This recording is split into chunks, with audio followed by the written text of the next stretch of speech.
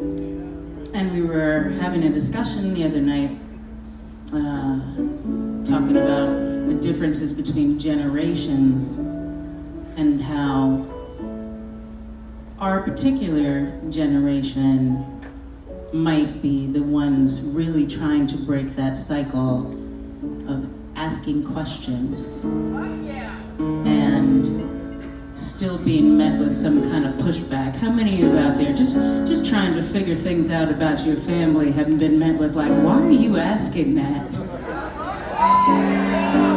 Or you don't need to know. We don't do that. We don't talk about those things.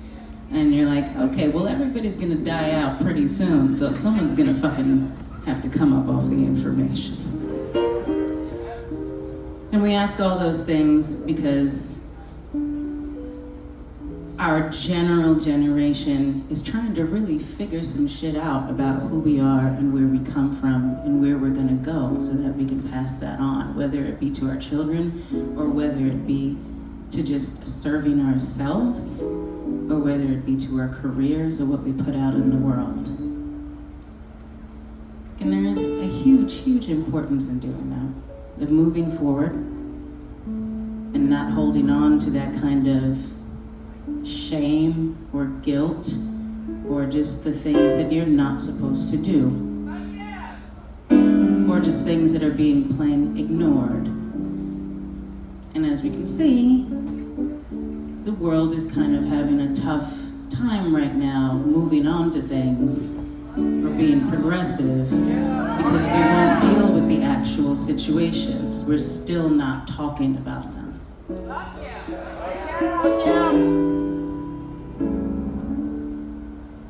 In my mind right now, I was like, if we all got off this boat and just committed to killing a few old white men. Just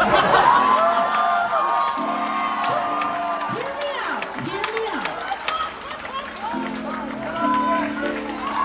Just as a community.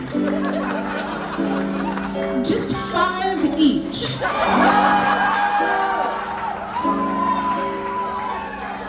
5 who are in some sort of power, and then finding out which of their children we also need to take out. Okay, it's not.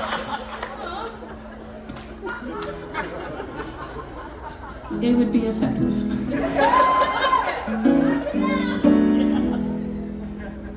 Or at least they'd be scared. All right.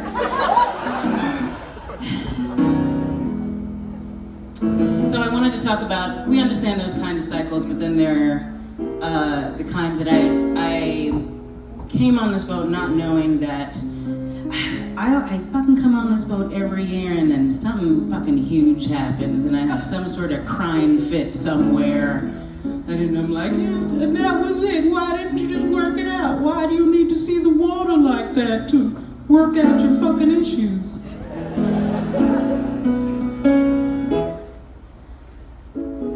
So I want to talk to you about The Sims.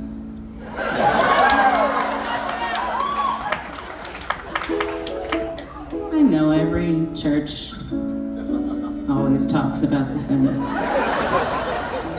Yeah, like, not again.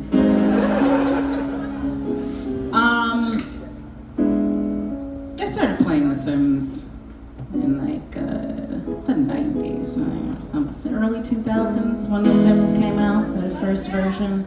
And it was fun, and I got caught up in it, and I probably played it too much. And you know, when you get involved in a world that is not necessarily of this world, or a video game and a book, and then everywhere you go, like the entire world was Sims furniture and purchases to me. And it was great, I loved it. And it was one of those specific games that I abandoned because I knew that if I spent time playing it, that it would take like 2 months out of my life, and then I would miss a lot of things.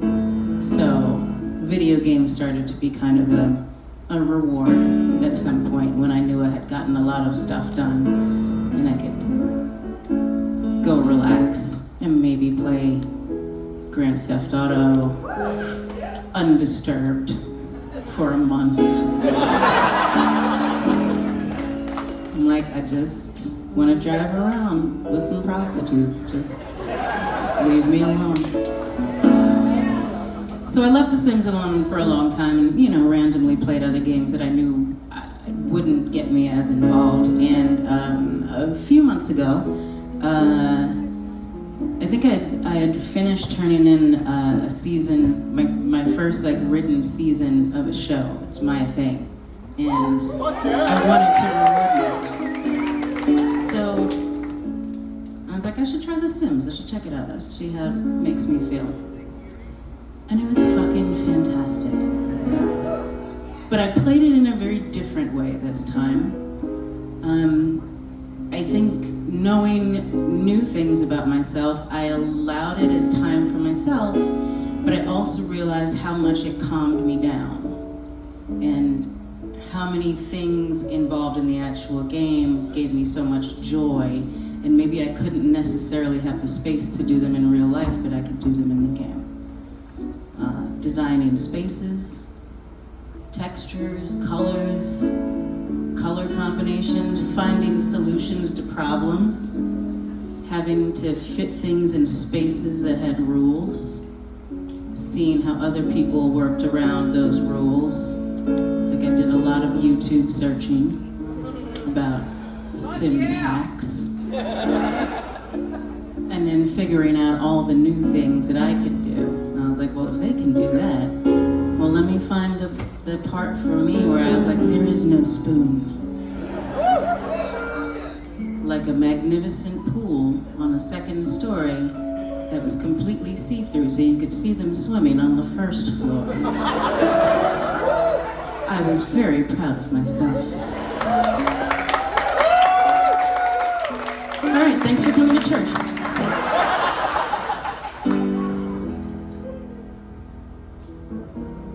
And what I really wanted to do, I've built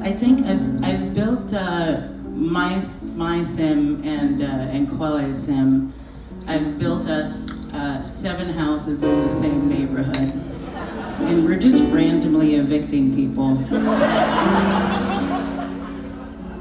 But we've kept one neighbor. We created Dionne Warwick.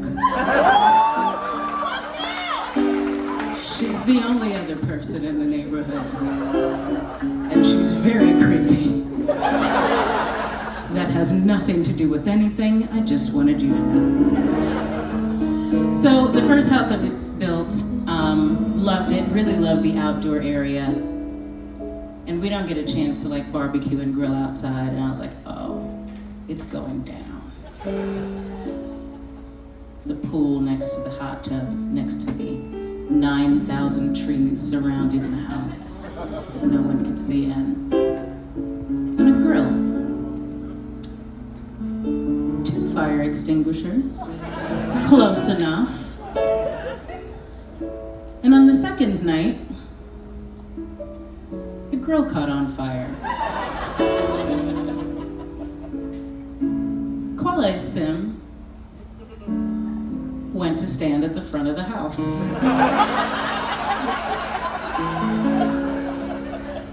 And refused to come back in.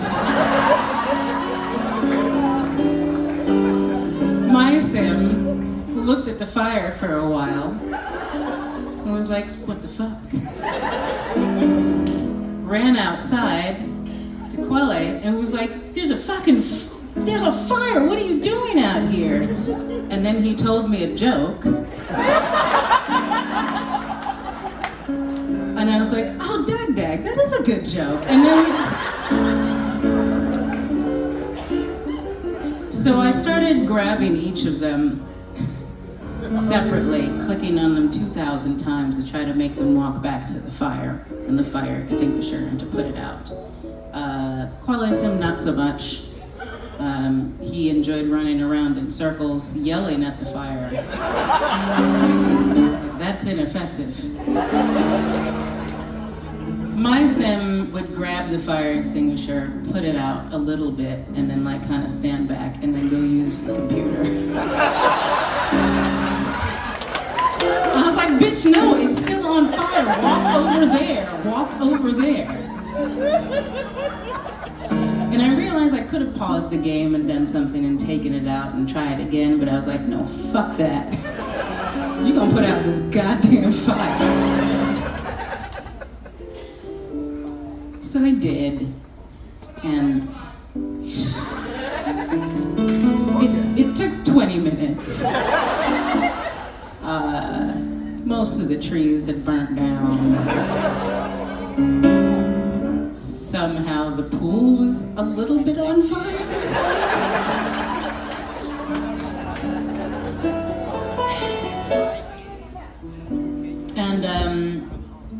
And it reminded me of a couple of YouTube videos that I had looked at where people would take like 50 Sims and put them in a house and be like, you have 82 fireplaces, and then I'm gonna give you some fucking fireworks, and here's a bunch of candles, and everything is made out of goddamn paper, and just wait for everything to burn. And the terrible thing is that I thought that like some Sims would die and others would run out of there, but mostly everybody just stood in the fire and let it burn. No explanation. And I started thinking about that house full of Sims and how it was different from our house, because at least we tried. But it made me feel like the idea that they were all in there was this collective complacency, and how fucking dangerous that shit can be.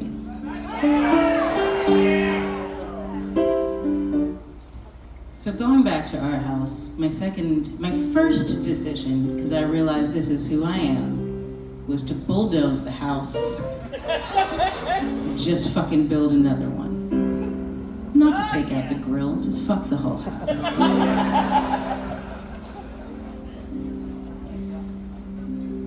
And I started thinking, why don't I just be proactive about this?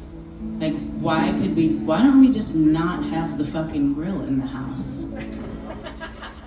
We know how my sim reacts. We know how your sim reacts. And if I keep it there, we're gonna keep panicking until it's too late, or allow our anxiety to spike up and say this is just fine. The potential of removing the grill, the potential of letting them learn, which wasn't gonna happen.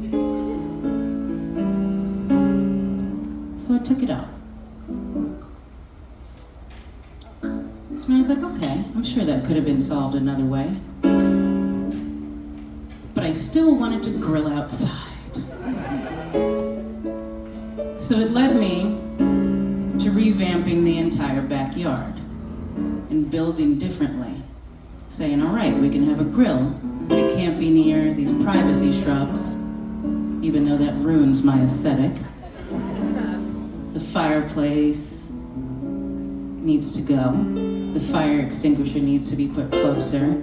And it just needs some space, and it needs some better planning. And then I didn't do it. And I thought, okay, I'll think about it in the future. But I'm still so scarred from that one fire happening that I can't make it happen. I can't rebuild and put a grill there. So I'm allowing myself the time to strategize and get over the scars. And I was so scared of us going in there and getting stuck in the same thing. And I knew that I would have to provide new opportunities and new interests and force us to do new things. So I was like, maybe they just shouldn't cook so much. Give them a microwave. Give them some new interests. Maybe they're not interested in that, but put a shit ton of guitars around the house. Put in a piano. Maybe I'll put a Spurney sim in there.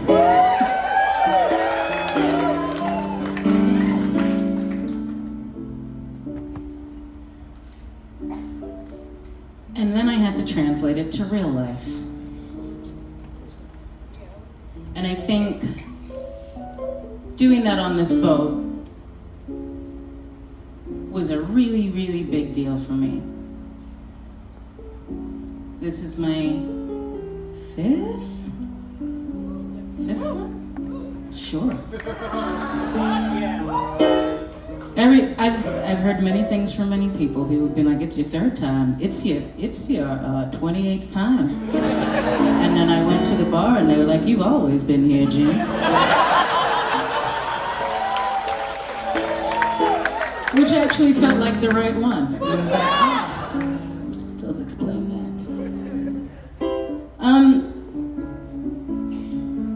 As I do, or as I have done generally in my life, it's give myself a lot of things to do. I like multitasking. I like doing a lot of things. But I've also realized that it creates an enormous amount of anxiety, not just for me, but for people around me. And so this year, I chose to only do events that would have the least amount of fuckery ability in them. So I chose to do Model Land, which is just reading from a book. What can go wrong there? I could forget the book, but guess what? Someone else had another book. I decided to do Cats 2.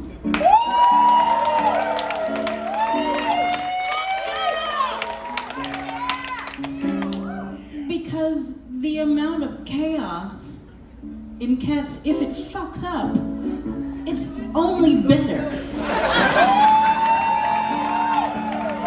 And I generally thought that nothing could happen to Cats 2, but it did. And for the first 15 minutes, I was internally screaming because it was not going the fucking way I had planned. And I realized that I do not have a good poker face for my internal screaming. It may have well just been me screaming.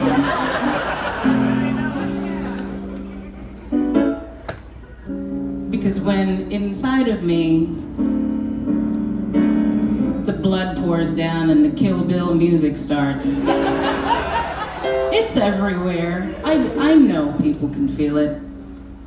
And the second that that show felt better, and it felt better for everyone, including everyone who's on the stage, was the second where I was just like, fuck it.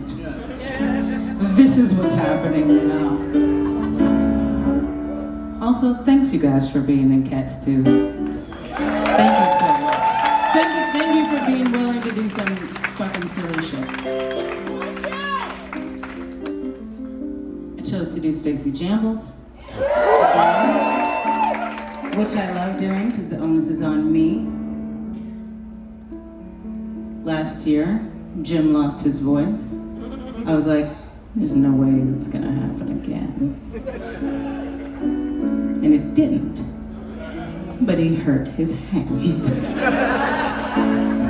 And you know what? Vance was amazing. And it was great. And on top of that, I made an entire playlist of music in case none of that could happen. And on top of that, if it had been silent, no one would have died. It still would have been fine.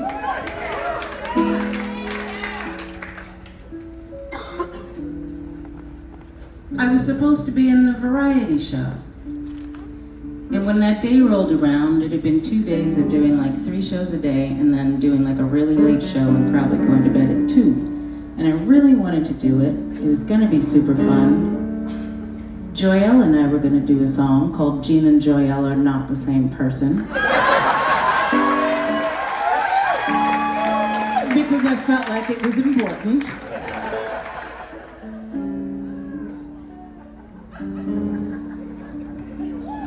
PSA, stop doing that. came to the day, I was like, I don't want to. I want to not do that. I want to do nothing for a fucking couple of hours. I've never been on this boat and just like had an afternoon. I never went to any of the restaurants. I've never done any of that shit. And I was like, I'm pretty sure the variety show will go on without you and everyone will be fine. And also, you'll have a great fucking time with your friends. And I did, and nobody died.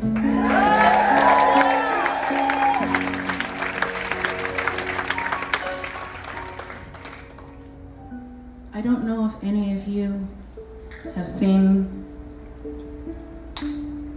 the food and beverage director. His name is Messiah.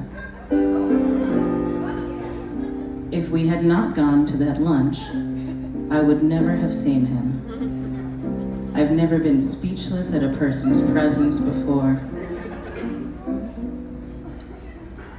I'm saying this to say that sometimes when you just decide to say no to something and you feel fine about it, it can open the door on something that brings you like so much fucking joy, even for just a moment. If you have time to request meeting the food and beverage director, he somewhat resembles a very small, strong man. But it was one of my favorite parts of any time I've been on this boat so far. And right now, doing church, a couple of months ago, I sent in, I was like, I want to do 2 songs. These are the songs I want to do. Who wants to be in choir? And then we just, if I had tried to rehearse with everyone, if I had done that, it also would have taken up so much fucking time, and I would have had to hunt people down, and then I gotta go print shit out. And then it takes away from everybody else's time. And every year I panic about it, and every year I panic about how much time we have to learn new things, and it stresses me out. And so this year, I was like, you know what? I don't have to keep doing something that's upsetting me. It's okay. I cannot. And maybe that feels like something that doesn't fall in a large scale of breaking the cycle, but it's a big deal for me. And I know that we all have to start with those seemingly small things in order to get to the big things, the things that are under your control, the things that you can change, the things that you can say yes, and the things that you can say no to, and the things that you can allow in your life, and the things that you could be like, get the fuck out of here. No, thank you. Is there anything you did on the boat this year different? Yes. I've tried to talk to people more this year. This is the 4th year I've done it.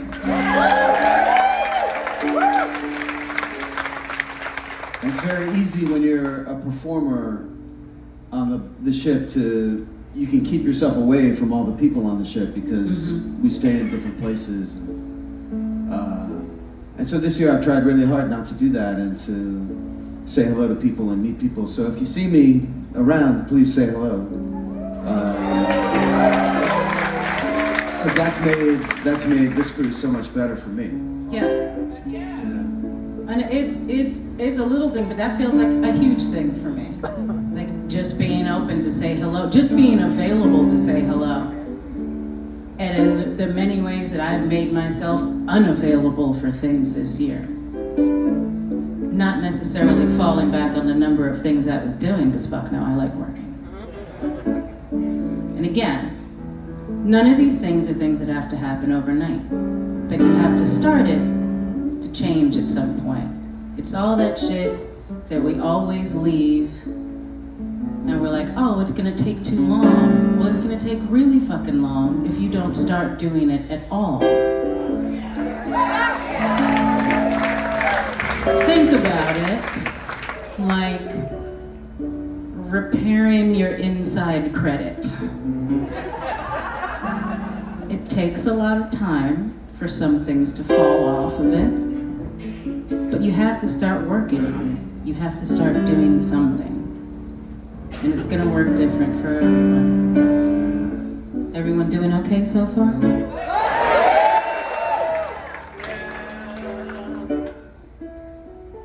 And then the idea is finding what the fuck is your way to go about unbreaking your cycles, breaking your cycles. And everyone's way is going to be different, so my way is not going to be the same as your way. And ways can work out. You know that it's kind of good. If one, is this going to hurt anyone else? Then you might think it might be worth adjusting or tweaking just a little bit.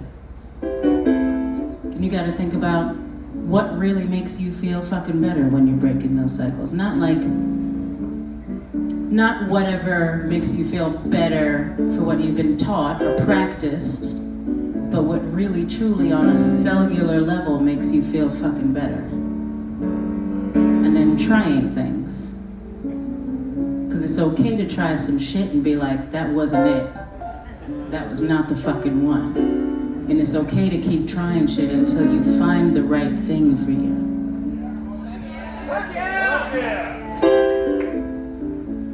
As a very personal example, I have finally completely stopped talking to my dad.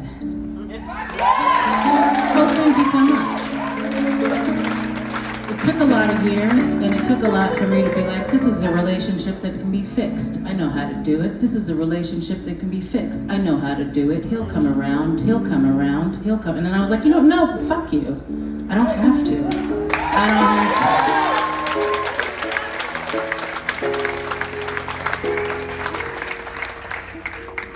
It was breaking cycles and learning that things were toxic and being like, bitch, no, these are my boundaries, my for real boundaries. So I hope tonight that we all start coming out of this with at least one new boundary that you're okay drawing. And then being really, really honest with yourself first about where your boundaries lie. And really honest with where your boundaries are in your personal relationships. And being okay with drawing them. Because there's a lot of people that might not fuck with you because you're telling them your new boundaries. And if those people are telling you that they won't fuck with you because you have boundaries, those are not your fucking people.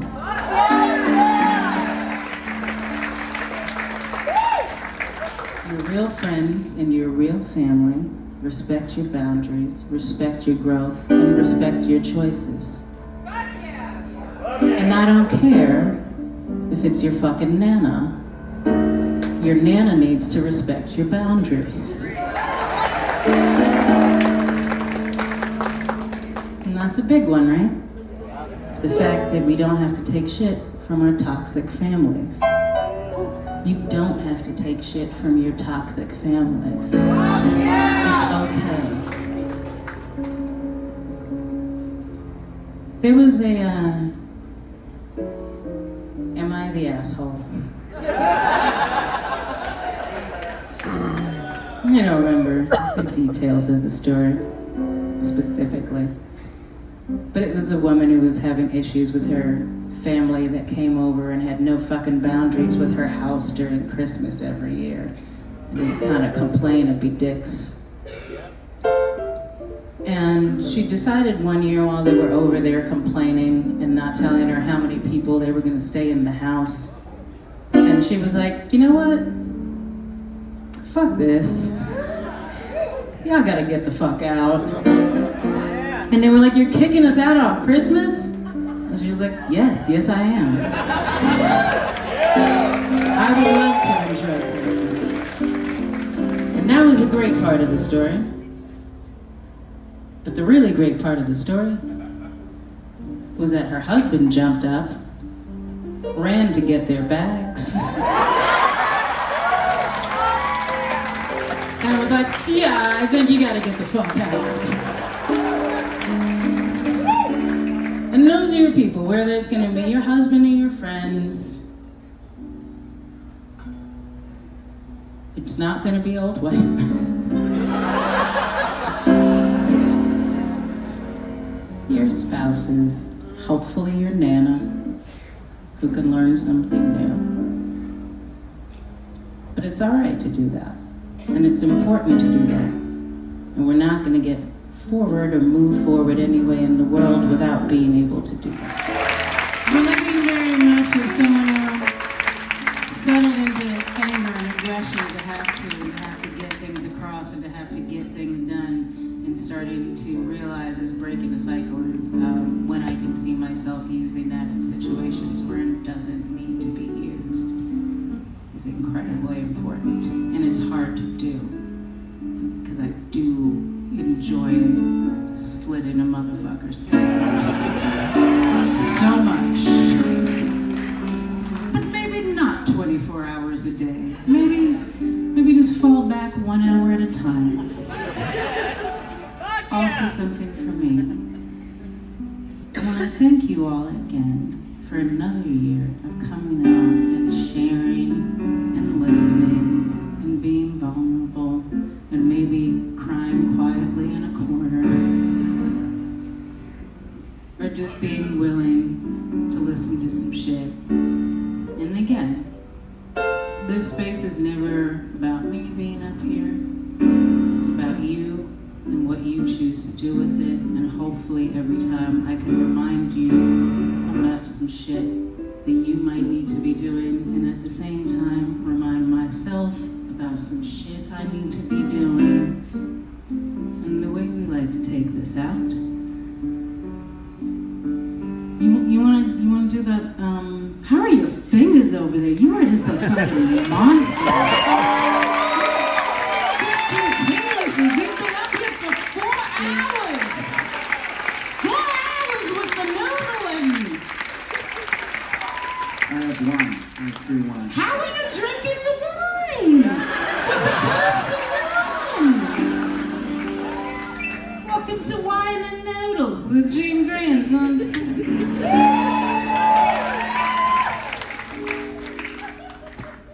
We like to do that little Let the Sun Shine In. Remember that jam? Yeah. I'll separate the audience and see if they can get it going.